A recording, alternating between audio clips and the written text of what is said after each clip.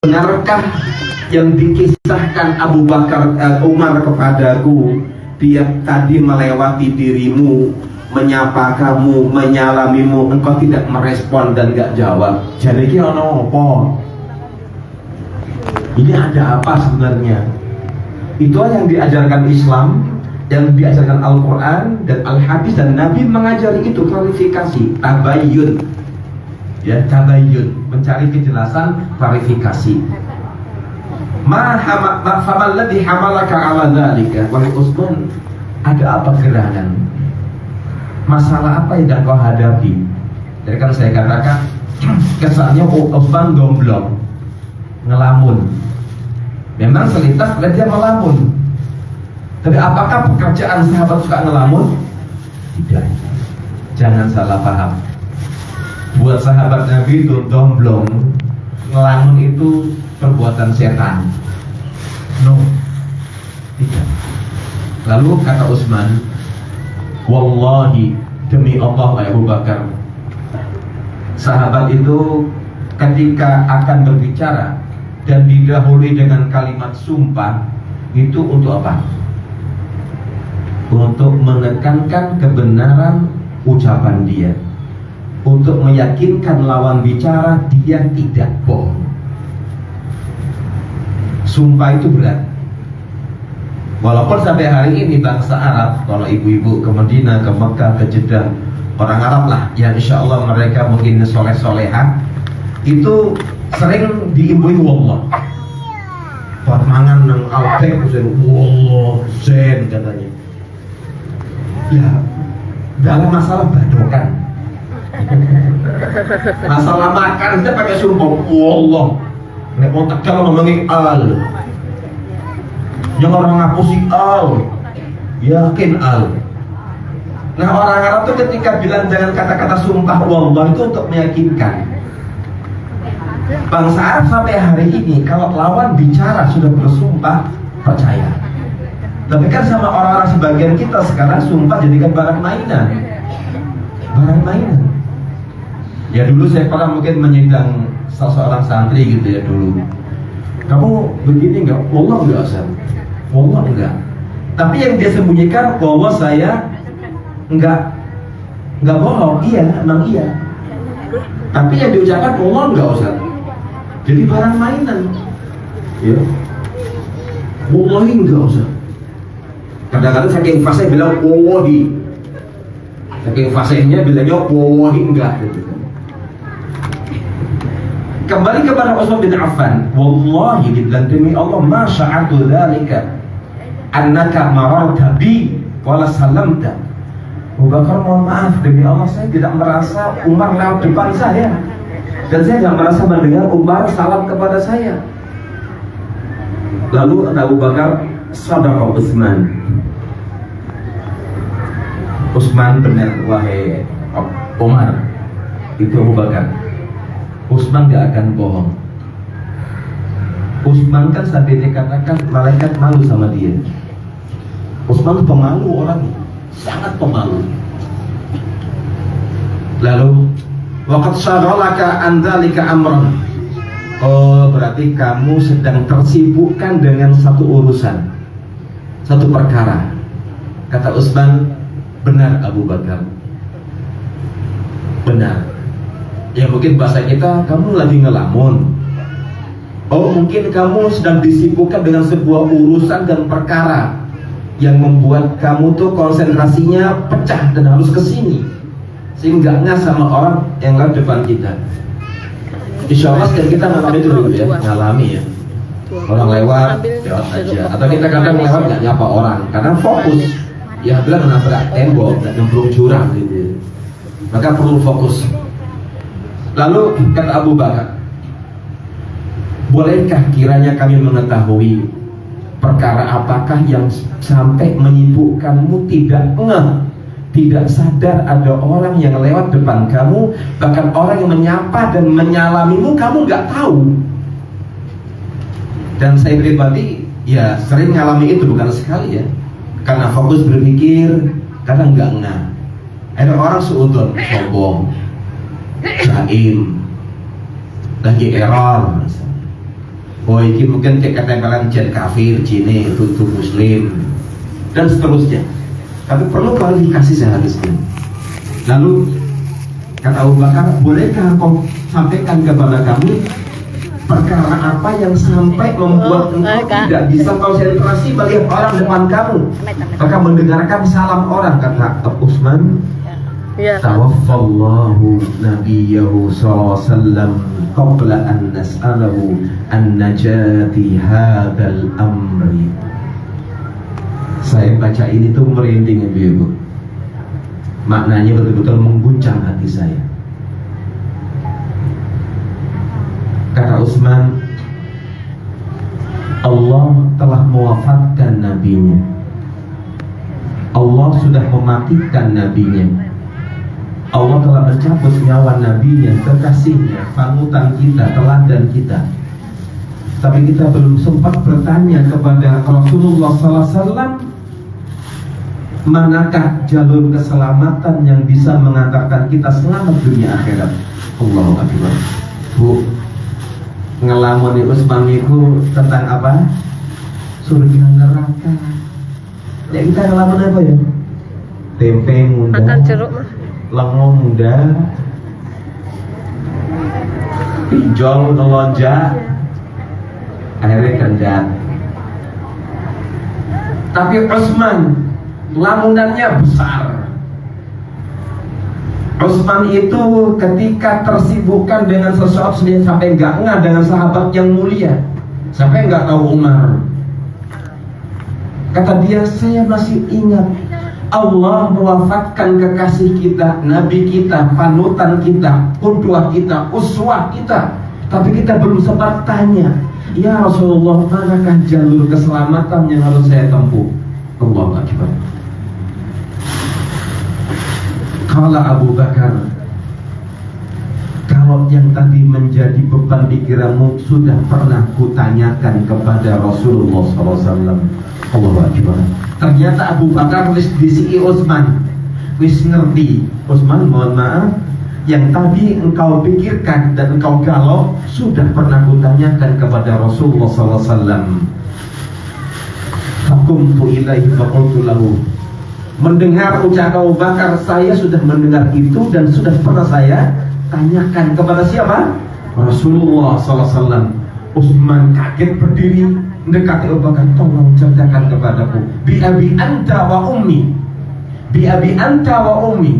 Demi ayah dan ibuku. Itu bukan sumpah, tapi penekanan. Tolong, saya serius ini, wahai Abu Bakar. Anta ahakku biha. Memang engkau orang yang lebih berhak untuk dekat dengan Rasulullah. Engkau berhak untuk mendapatkan segala rahasia dari Rasulullah SAW. Lalu kalau Abu Bakar, kau ingin ceritanya? Iya.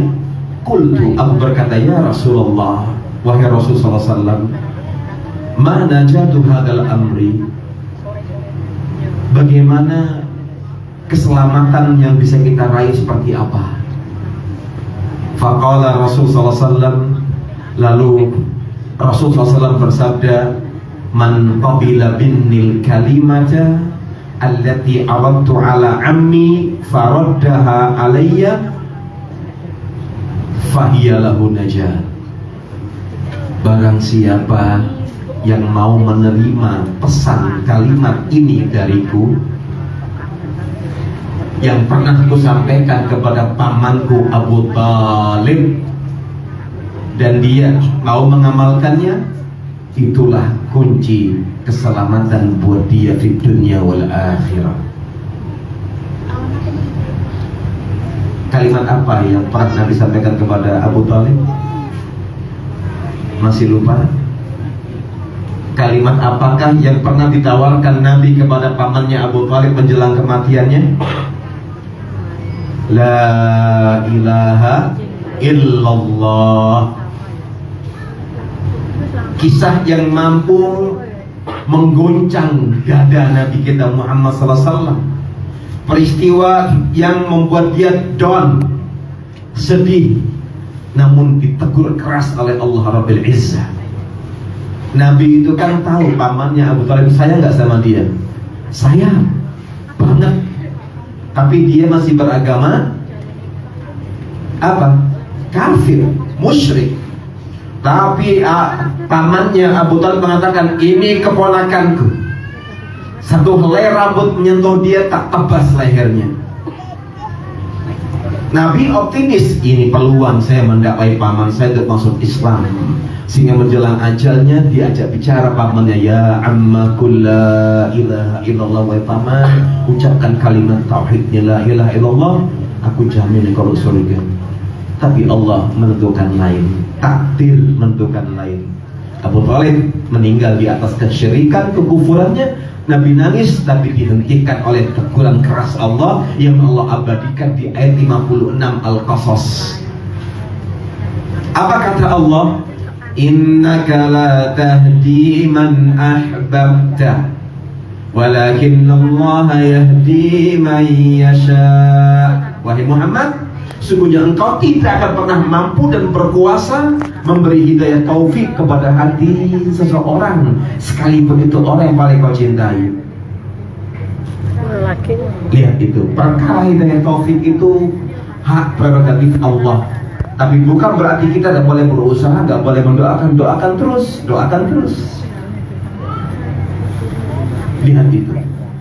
Kemudian kata penulis, perhatikan kisah di atas, yang mana yang menjadi konsep membuat Utsman pecah konsentrasinya bukan masalah duniawi. Utsman bukan gomblong di kiri sesuk mangan opo. Utsman nggak pernah mikir kira-kira nanti istri saya itu kalau saya mati jadi janda yang baik nggak sih, kan? Itu enggak.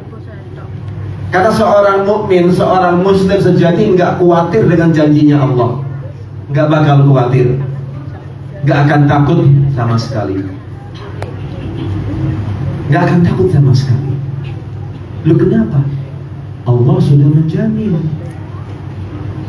Makanya saya ulang kembali ketika kemarin saya bertakziah ke Banjarmasin, teman dan sahabat saya yang saya berteman dengan beliau 33 tahun lamanya, 8 dari anak 3, yang pertama 5. Di samping saya duduk seorang yang dekat dengan beliau juga, rahimahullah. Ustaz, saya kepikiran anaknya. Saya bilang, kenapa antum sibuk berpikir anaknya? Allah gak pernah ngajarin gitu. Baru kaget. Walaupun rizki dia nanti pada akhirnya lewat orang, itu rizki. Sehingga pantang buat kita untuk ragu dengan janji Allah.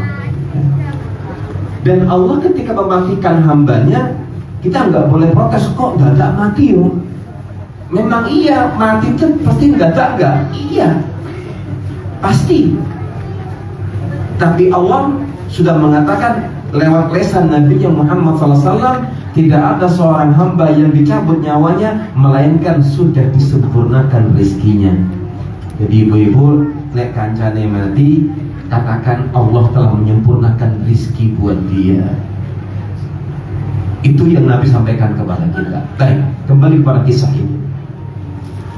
Bagaimana Utsman bin Affan dan orang-orang soleh seperti dia berpikirnya adalah berpikir bagaimana selamat di dunia dan di akhirat. Gak ikut pusing mikiri politik, mumet urusannya. Ini sekarang negara kita sudah nggak baik saja. Iya. Ini rumah sakit banyak orang sakit. Iya. Mau namanya rumah sakit kok. Itu kuburan makin kebal. Iya. Semua kebal. Kita jangan mengambil pusing ngurusi semua orang, ngurusi negara, ngurusi tetangga. Fokus kepada kita dan keluarga kita. Utsman bin Affan, kata para ulama, Utsman itu, pertanyaan kita, apakah termasuk yang dijamin surga atau enggak? Utsman itu termasuk yang dijamin surga atau tidak? Jawabannya apa? Tidak. Wah, memang Nabi. Ya, Nabi langsung mengatakan Abu Bakar fil jannah, Umar fil jannah, Utsman fil jannah, Ali fil jannah, Muawiyah, dan seterusnya. Bahkan ada 10 orang sahabat yang disebut namanya Nabi SAW. Pertanyaannya, orang sing jelas disabdakan Nabi dijamin surga saja, saya kepikiran. Hah? Orang yang jelas sebut namanya Utsman fil Jannah.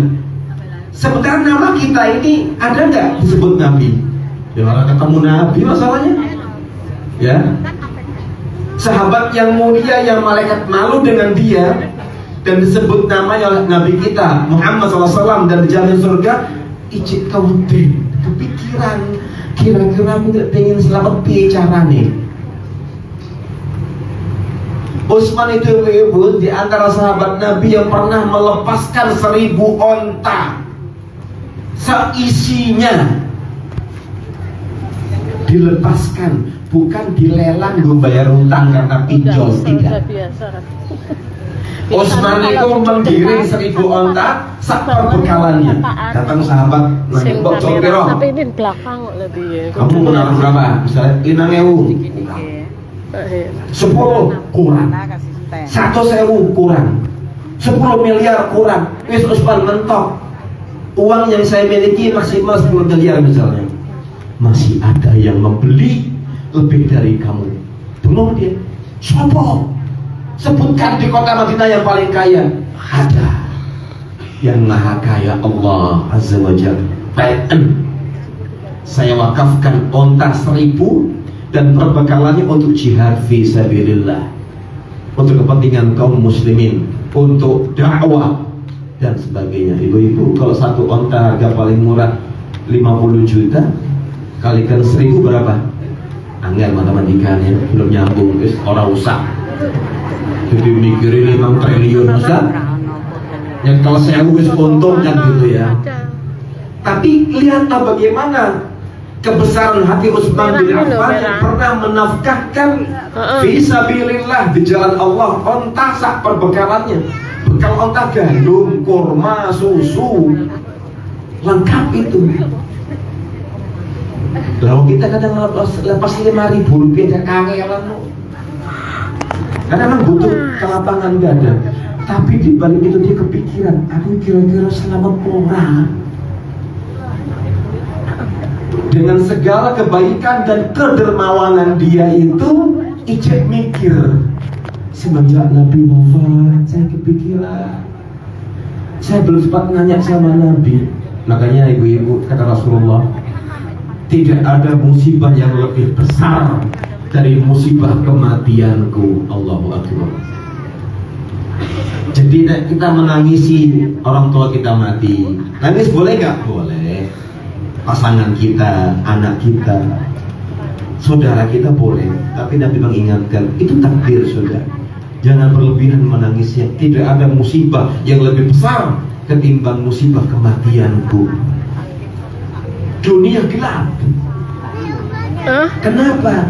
Sang pembimbing sudah hilang.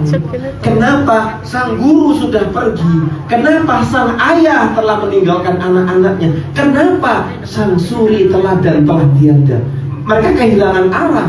Dan benar, fitnah datang bertubi-tubi. Dan benar, cobaan datang terus silih berganti. Dan benar, manusia terus terombang-ambing dengan ombak badai dan fitnah syahwat dan syubhat.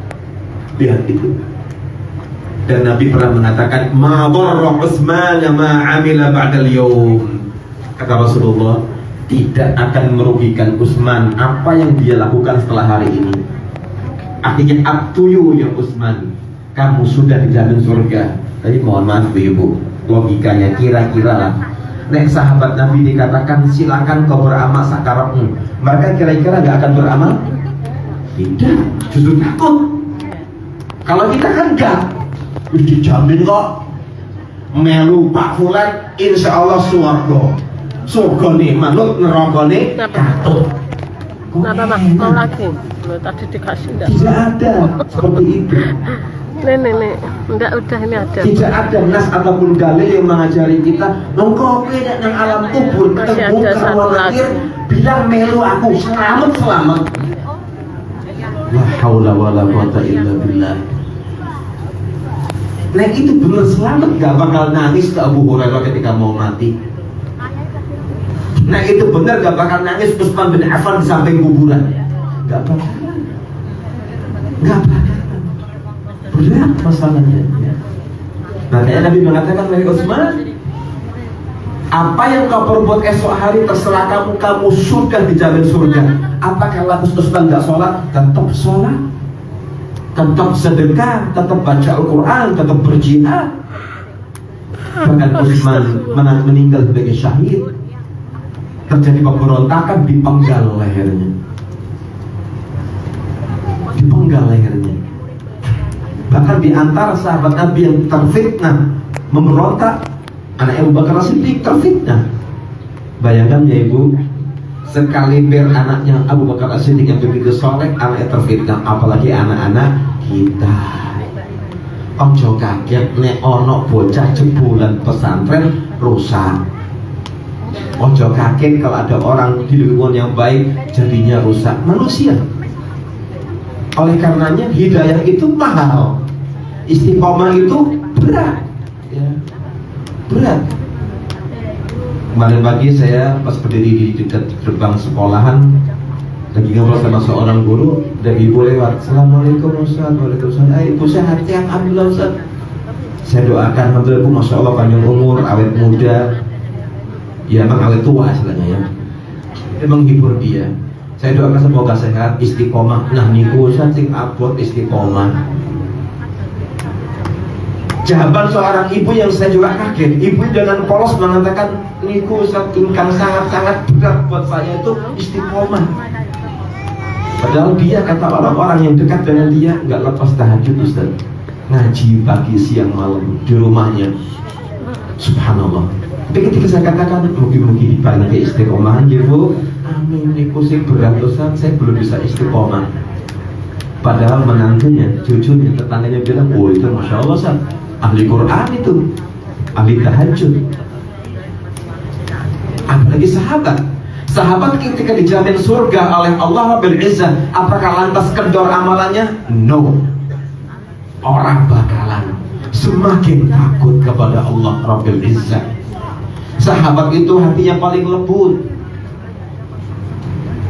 Kita review lagi ibu-ibu, merefresh kembali kisah mereka para sahabat Nabi. Ketika turun ayat 284 Al-Baqarah, ada yang masih lupa bunyinya? Ayat 284 Al-Baqarah, ada yang masih lupa bunyinya? Lebih banyak lupa tak ingat ya ini? Lupa, alhamdulillah nggak apa-apa. Lupa dia nikmat. Iya. Gimana bunyinya? Lillahi ma fis samawati wa ma fil ard wa in tubdu ma fi anfusikum aw tukhfuhu yuhasibkum billah. Ayat inilah yang membuat para sahabat yang tadinya berdiri ambruk, orang kuat ngadeg. Apa artinya? Lillahi, milik Allah, segala apa yang di langit dan di bumi milik Allah. Lillahi ma fis samawati wa ma fil ard wa in tubdu ma fi anfusikum aw tukhfu. Kalau seandainya engkau menampakkan isi hatimu atau menyembunyikannya, yuhasibkum bihillah, Allah perhitungkannya, Allah mencatatnya. Yang jeli mengerti maknanya mereka para sahabat Nabi. Amruk, nangis mereka. Ya Rasulullah, nek bener koyo ngene memahami ayat ini, siapa di antara kami yang selamat dari api neraka? Ini apa ini kotor? Mana habis makan? Dibayangkan yang kita rahasiakan saja ngerasani tonggone kancane saiki ngaji. Elek ngaji ngerasani. Itu kalau benar Allah menghisap, kira-kira selamat Bu? Tidak, bukan kira-kira, pasti gak selamat kan gitu. Sehingga sahabat tanya, ya Rasulullah, benarkah pemahaman kami akan ayat ini? Jika bisikan hati saja, kerentak hati kita dihisap oleh Allah, yes, kita gak akan selamat dunia akhirat. Tapi ingat, Allah mengatakan berikutnya, fayaghfiru liman yasha'u wa yu'adzibu man yasha' wallahu ala kulli syai'in qadir. Allah akan mengampuni yang Allah kehendaki dan akan menyiksa yang kehendaki. Kata Rasulullah, sahabatku tenang, ayat ini sudah Allah hapus hukumnya di ayat yang berikutnya. Yang mana? Yang terakhir 286. Gimana bunyinya? La yukallifullahu nafsan illa wus'aha laha ma kasabat wa 'alaiha maktasabat Rabbana la tu'akhidna in nasina aw akhtana. Lihat, la yukallifullah, Allah tidak akan membebani seorang hamba di rumah. Laha ma kasabat wa 'alaiha maktasabat. Nek awake dhewe kalau kita berbuat kebaikan dapat pahala, nek berbuat dosa dapat siksa. Dan itu belen kata Allah. Makanya Allah menutup ayat ini dengan mengajari kita doa. Rabbana la tu'akhidna in nasina aw akhtana. Ya Allah ya Rabb kami, jangan kau siksa kami, jangan kau azab kami tak kala kami berbuat dosa karena lupa dan salah. Karena potensi kita berbuat dosa itu besar apa kecil? Besar. Ya. Enak apa enak? Enak dosa kenalan. Kan ngiting tresna jalanan saka kulino. Nyantai. Orang apa mas? Surga Allah luas. Iya mas, neraka lebih luas lagi kok. Dan neraka itu masih menerima pendaftaran ke neraka unlimited. Ya. Bukankah kelak di hari kiamat awalnya sama neraka? Yauma naqulu li jahannama halim talati wa taqulu hal min mazid. Kata Allah, kami tanya ke neraka, terus apa urung? Emang ada yang mau nambah ya Allah? Tanya neraka, masih banyak kaplingan ya Allah, kosong. Kosong kapling masih banyak. Subhanallah. Lihat itu. Makanya kita harus memahami bahwasanya kita terkadang terluput kisah ini dari benak pikiran kita. Ini baru mempertimbang Ibu ya. Baru mempertimbang dari buku ini. Ya, insya Allah bulan depan baru poin 1, 2, 3-nya nih bisa bersabar. Ya, baik. Abdullah bin Rawaha pernah dikisahkan, ya, dia ketika di rumahnya dan di samping istrinya, tahu dia nangis. Sahabat Nabi siapa namanya? Abdullah bin Rawaha. Kana fi baitihi wa 'inda zawjihi fabaka. Sedang di rumahnya dan sedang berada di samping istrinya. Ujuk-ujuk dia nangis. Fasa'alathu malladhi abkaka. Lalu istri tanya, kumun ngopo kowe nangis bojoku? Mungkin kalau kita yang ngopo nangis ya. Kalau kita mau minta maaf nggak apa maaf ya Bang. Deketi lagi. Disidik nangis, disidik nangis. Karena ngopo iki? Ono kerja. Tapi kalau istri zaman sahabat Nabi melihat suaminya yang selain nangis, gemeter dia. Maaf kakak, apa gerangan yang engkau menangis wahai Abdullah bin Rawaha? Ngajak main itu. Apa kata dia? Aku kehilangan sebuah ayat. Jadi ibu selalu bicara apa? Ayat Al-Quran. Ngajak main. Istri itu kalau pertanyaan kenapa saya nangis, untuk masalah urung mangan, untuk masalah aku ngocek sepi penumpang, untuk masalah aku nang kantor dimarahi atasan, tidak. Untuk mergo aku dulu kue orang tahu ayu, tidak sama sekali. Apa wahai bin Rawaha? Aku teringat sebuah ayat yang Allah sampaikan kepada kita di surat Maryam ayat 71. Wa in minkum illa wariduha. Lihat, kana ala rabbika hatman maqdiya. Setiap orang di antara kalian pasti akan memasukinya atau melewatinya. Ini bicara neraka jahanam. Sehingga para ulama memiliki dua penafsiran. Setiap orang di antara kita pasti ke neraka dulu. Tafsir yang kedua, pasti akan melewati yang namanya as-sirat. Nah ini pendapat yang kedua yang kuat. Taruhlah kita menguatkan pendapat yang kedua, hanya melewati. Ibu-ibu pernah nyoba melewati jembatan hanya bambu sebiji, selonjor bambu, bawahnya jurang 1000 meter biasanya. Pernah nyoba? Tanpa pegangan. Lawang melomba 17an menek bambu istibo kan gitu. Bayangkan, taruhlah yang rojih, pendapat yang kuat itu melewati, tapi yang namanya as-sirat itu lebih tipis dari sehelai rambut, lebih tajam dari sebilah pedang, licin dan menggelincirkan. Nah jenengan nanti ini musim hujan, lewat jalan sawah yang licin, kira-kira berani lari? Mending orang metu kan? Saya tiba teklek nek mari, nek orang mari piye terus. Ini yang membuat Abdullah bin Rawaha menangis. Aku masih terngiang ayat ini. Wa in minkum illa wariduha.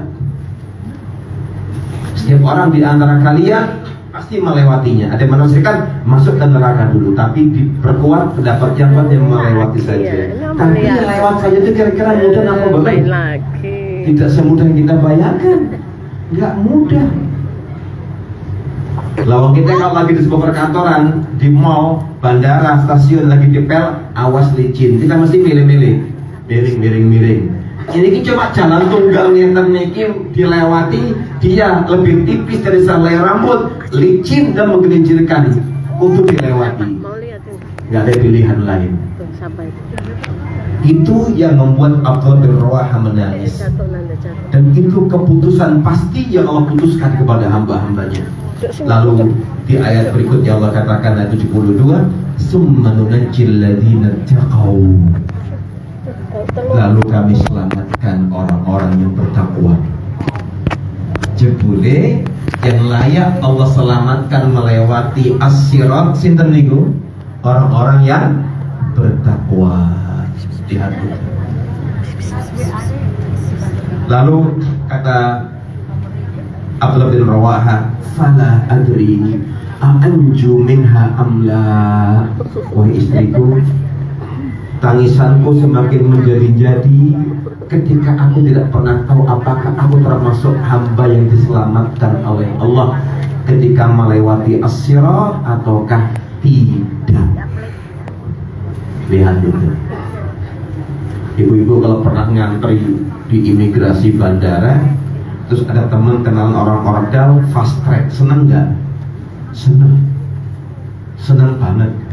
Yang lain ngantri seperempat jam, kita cuma 3 menit sampai ke ruang tunggu. Imigrasi cepat. Koncoku. Karena saya ngalami itu, saya bilang ya Allah, mungkinkah nanti aku mudahkan kayak gini di akhirat. Itu saya nggak minta waktu ngalami itu. Semua kehendak Allah. Datang teman, ada temannya 2 orang. Satu memang intelijen imigrasi, satu polisi bandara, pakainya preman. Sini, semua, aku bisa. Belum waktunya tapi. Seperti itu nanti kita di akhirat. Ada yang fast track. Saya termangu di ruang tunggu paling bawah ketika mau naik, itu ya Allah, mungkinkah hambamu nanti seperti ini mendapatkan fast track? Karena Karena di antara kita rela bayar mahal untuk bisa fast track kadang-kadang. Dan dipanggil namanya di pintu masuk pesawat, Mr. Fulan, Miss Fulan, keren lah bilang. Jenengku disebut di hadapan ribuan orang. Tapi kita takut, mungkinkah kelak di akhirat perlakuan seperti ini kita dapat? Kita belum tahu. Seperti jawabannya Abdullah bin Rawahah, fala adri, saya pun nggak tahu wahai istriku, akankah aku termasuk orang yang selamat? Subhanallah. Karena kita kan terlena, oh aku mesti fast track. Nggak bisa. Urusan akhirat tidak ada ordal. Urusan akhirat nggak ada ordal. Tidak ada kelas VVIP, nggak ada kelas bisnis, nggak ada. Semua rakyat jelata, semua dipanggil namanya, jabatannya hilang. Kita nggak akan pernah, ya Allah dulu saya presiden, privilege, pret. Gak ada, tidak ada. Lawang Kanjeng Nabi mawon nangis ketika dibacakan ayat yang akan meminta dia mempertanggungjawabkan dakwahnya di hadapan Allah dan mempertanggungjawabkan tindakannya kepada umat yang dia nangis. Niku Kanjeng Nabi. Masih lupa ayat berapa itu ibu-ibu? Kisah Nabi ketika dibacakan sebuah ayat dia nangis sesenggukan. Masih lupa ya? Alhamdulillah. Karena kalau banyak hafal dia repot bu, ngapa lagi? Kalau bujuning tuh rasanya. Baik. Kisahnya ketika Nabi itu memanggil sahabatnya Abdullah bin Mas'ud. Kunyahnya Abu Abdurrahman. Ya Abu Abdurrahman ta'al. Bin Mas'ud sini. Tolong perdengarkan kepadaku hafalanmu. Jadi like, kumpul Nabi sama sahabat itu ngetes hafalan terus. Kalau kita kan enggak. Ini bu, ngurumpi, kancang muslim, wunju mana, agamu, pertama iku mana kok elek kan? Pak Nabi tidak. Semuanya ilmu dan manfaat. Kata Ibnu Mas'ud, ya Rasulullah, boten patut saya harus membaca Al-Quran di hadapanmu, sementara Quran Allah turunkan kepadamu. Minder. Enggak, Ibnu Mas'ud, saya ingin mendengarkan bacaan Quran dari selainku. Lalu Abdullah bin Mas'ud membaca surat An-Nisa. Ibu masih ingat berapa jumlah ayat An-Nisa? Banyak Pak Ustaz, bener. Tapi An-Nisa 176 ayat. Tapi baru dibaca menjelang seperempat ayat, Nabi bilang hasbak,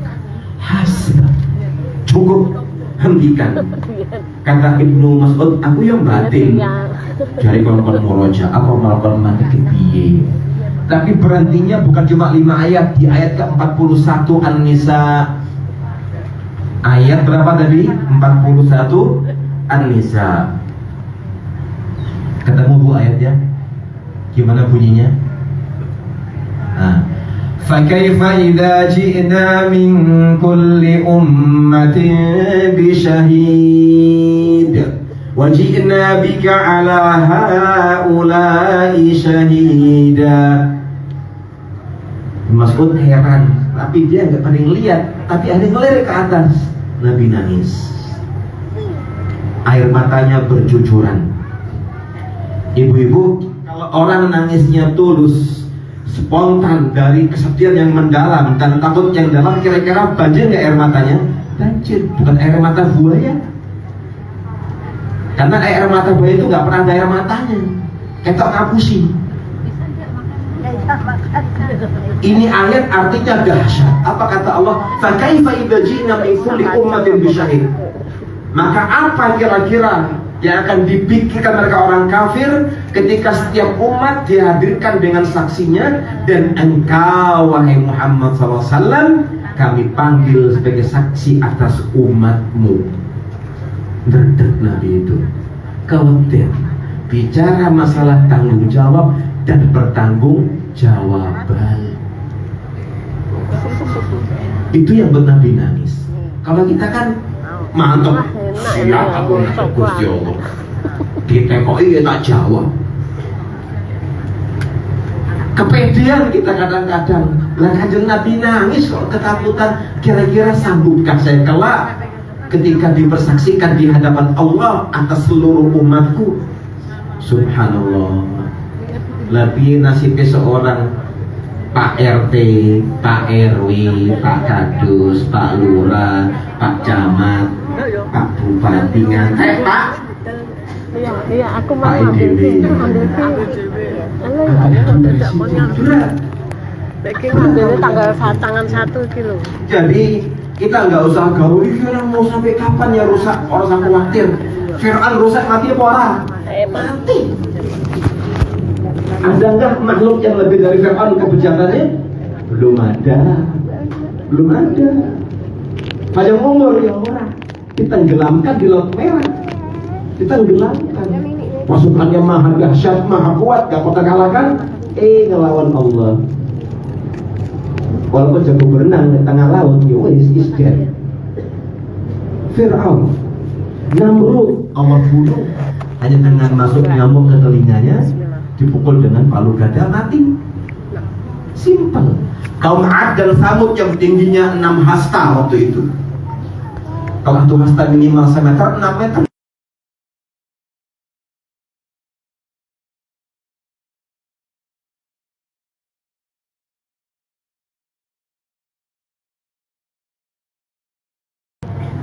Ono waktu nih, ada waktunya. Kayaknya ini bakal bakal sulit mati. Hilang kenapa? Suntik hanya umur karepmu. Arep sudah 10 kali karepmu. Ya. Mohon maaf, kawan saya kemarin meninggal itu kan kena serangan jantung koroner. Kemarin haji itu bimbing Raffi Ahmad. Keren loh. Ada videonya. Itu kawan saya. Kampung di Madinah sempat ditawari, Bapak, ini harus bypass operasinya, digergaji, dibedah, tapi 3 jaringan Anda itu 2 sudah mati, 1 lemah, maka saya pastikan kamu pasti mati. Bayangin seorang ustaz, kalaupun dia junior saya, temannya bisikin, gak apa-apa Ustaz, mati sini aja. Dapat syafaat Nabi, aku belum siap mati nang omah wae.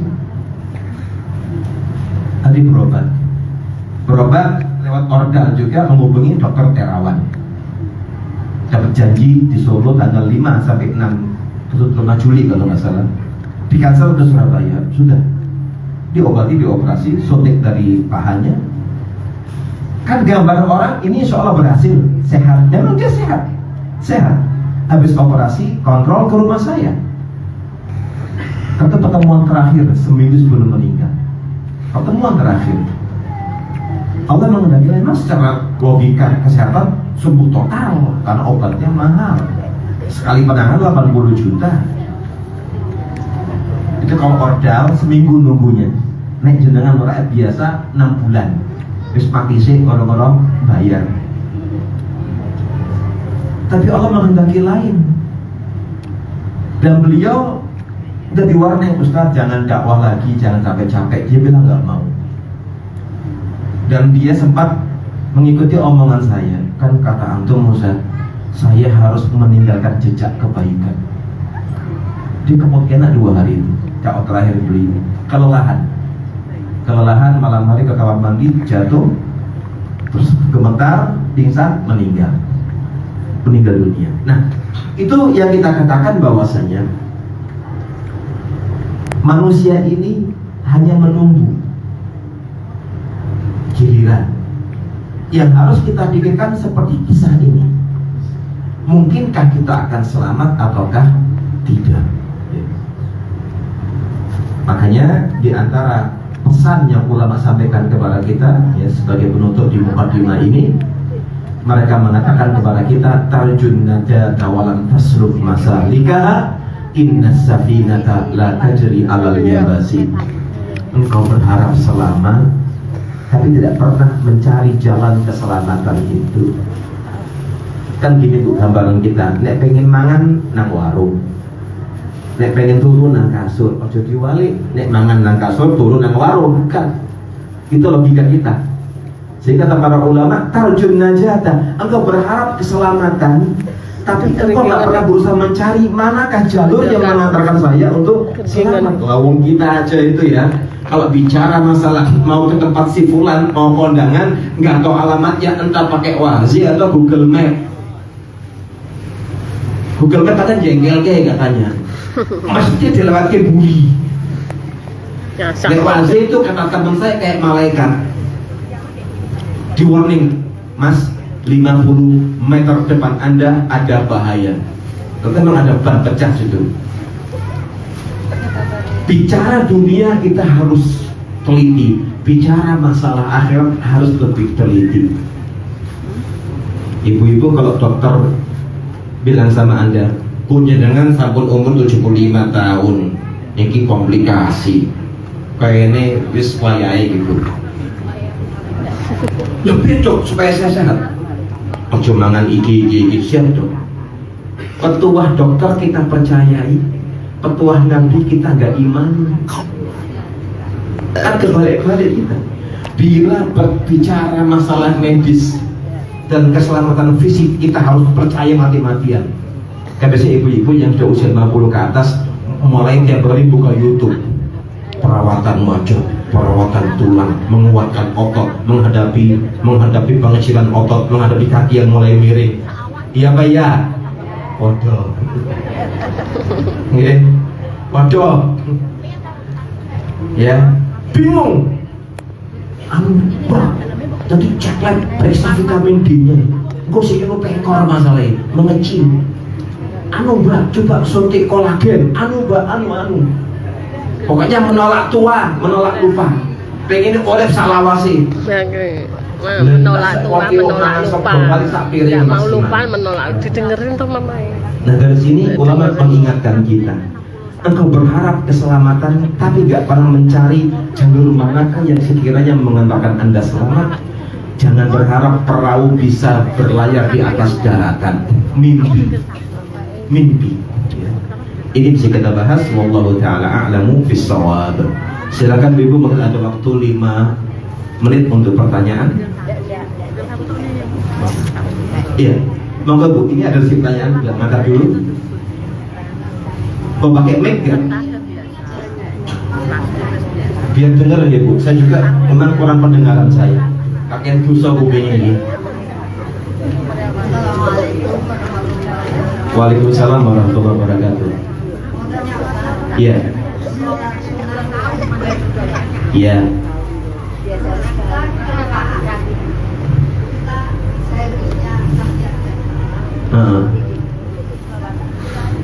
Meninggal. Oh pergi. Oh tak kira meninggal. Lupa. Pergi lagi. Berdiri. Terus kan Lupa rokaatnya apa lupa apanya? Berarti mikir kayak Usman, lagi mikir kayak Usman. Iya. Iya. Nanggung 5 sekalian gitu.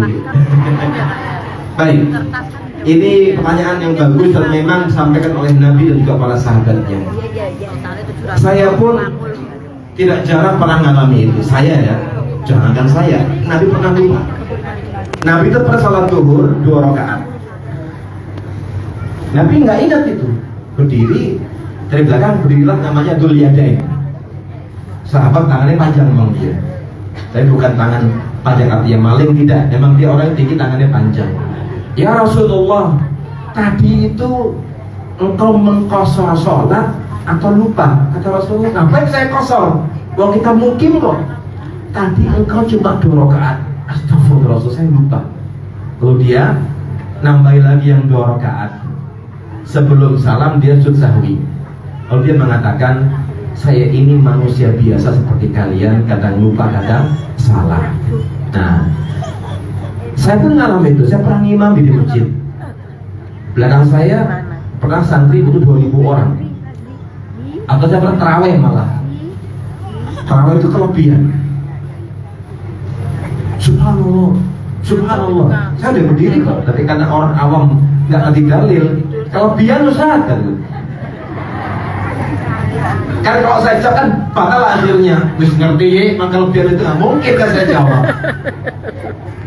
Nah, bila ada seperti kasusnya, pertama kata ulama ahli fikih, ketika orang berdiri lalu sujud berdiri lagi ragu, aku ini mau sajadah wis loro apa siji.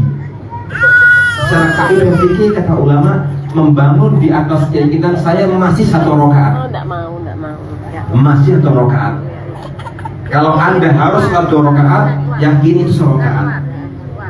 Lalu tetap berdiri, sujud tasyahud akhir, ya sebelum salam sujud sahwi. Itu mungkin. Jadi yakinkan yang lebih kecil jumlahnya. Fal yabdal al-aqal. Kalau tidak tahu nggak apa-apa, itu rezeki. Berarti ibu rajin, masya Allah ini. Tapi jangan diulangi lagi, ya. Kalau kita ingin melaksanakan dua rakaat dan ragu ini dua apa satu, apa yang kita yakini? Satu. Sama kayak sholat zuhur, aku ini mau jadi berapa atau telu? 3. Baru lengkapi, ya. Jangan pernah mengatakan aku ini kurang mantap lek subuh orang 3 rakaat. Ya itu jelas dosa. Ya, dosa. Karena masalah ibadah bukan masalah kemantapan. Jadi masalah tata cara, waktunya dan mekanismenya jangan dibuat-buat. Kalau lupa tuh fitrah manusia. Bahkan ada pertanyaan lebih menggelitik ibu-ibu. Seharusnya saya sujud sahwi tapi lupa sujud sahwi. Itu dibahas oleh para ulama. Jawabannya apa kira-kira? Saya seharusnya sujud sahwi tapi lupa sujud sahwi. Terus suruh apa? Kata para ulama, sudah gugur. Perkara yang sepele jangan diperkarakan. Anda lupa sudah selesai. Jangan dibuat-buat. Kalau saya lupa sujud sahwi, maka harus 2 kali sujud sahwi. Yang pertama, sujud sahwi sudah menghapus dosa, nggak ada. Jadi kata ulama fikih, nek wes kelalen lupa sujud sahwi sudah gugur kewajiban Anda. Sampai dalam kaidah ilmu nahwu mereka mengatakan al-musaghar la yusaghar. Perkara yang sudah kecil jangan diperkecil lagi. Selesai sudah. Bila Anda lupa sujud sahwi, tidak perlu sujud sahwi 2 kali. Itu juga nikmat Allah lupakan Anda. Dalam kaidah fikih tidak ada orang yang lupa sujud sahwi harus 2 kali sujud sahwi, nggak ada. Gugur kewajiban Anda. Ya, demikian. Yang kedua silakan, yang terakhir mungkin. Ibu-ibu silakan. Tidak ada. Sudah ingin segera pulang. Tidak ada. Tidak ada.